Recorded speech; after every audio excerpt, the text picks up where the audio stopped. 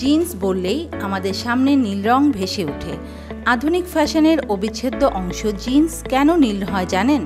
এটি কিন্তু নিছক কাকতালীয় নয়, বরং ঐতিহাসিক, সাংস্কৃতিক এবং মনস্তাত্ত্বিক কারণে সংমিশ্রণের ফলাফল।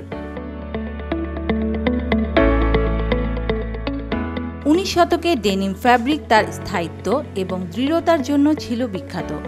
প্রথম ওয়ার্কওয়্যার পোশাক তৈরি করতে ব্যবহৃত হয়েছিল এই কাপড়। ইন্ডিগোফেরা উদ্ভিদ থেকে প্রাপ্ত নীল রং ছিল সেই সময়ের সবচেয়ে সহজলভ্য এবং টেকসই রঞ্জক।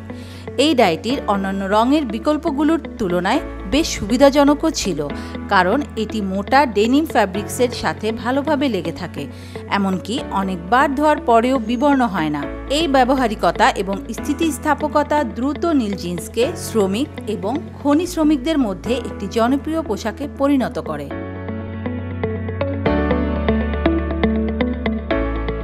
জিন্স ওয়ার্কওয়্যার থেকে ফ্যাশন স্টেটমেন্টে রূপান্তরিত হয়েছে।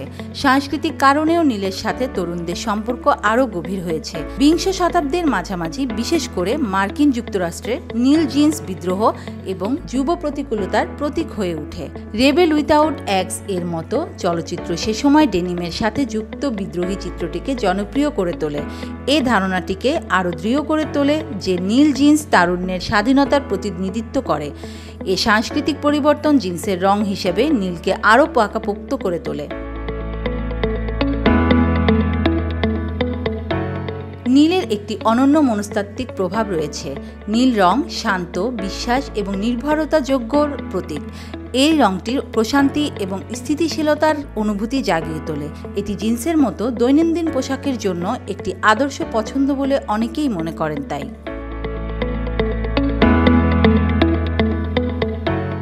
ফ্যাশন শিল্প বিশ্বব্যাপী প্রসারিত হওয়ার সাথে সাথে নীল জিন্সের আধিপত্য আরও শক্তিশালী হয়ে উঠেছে।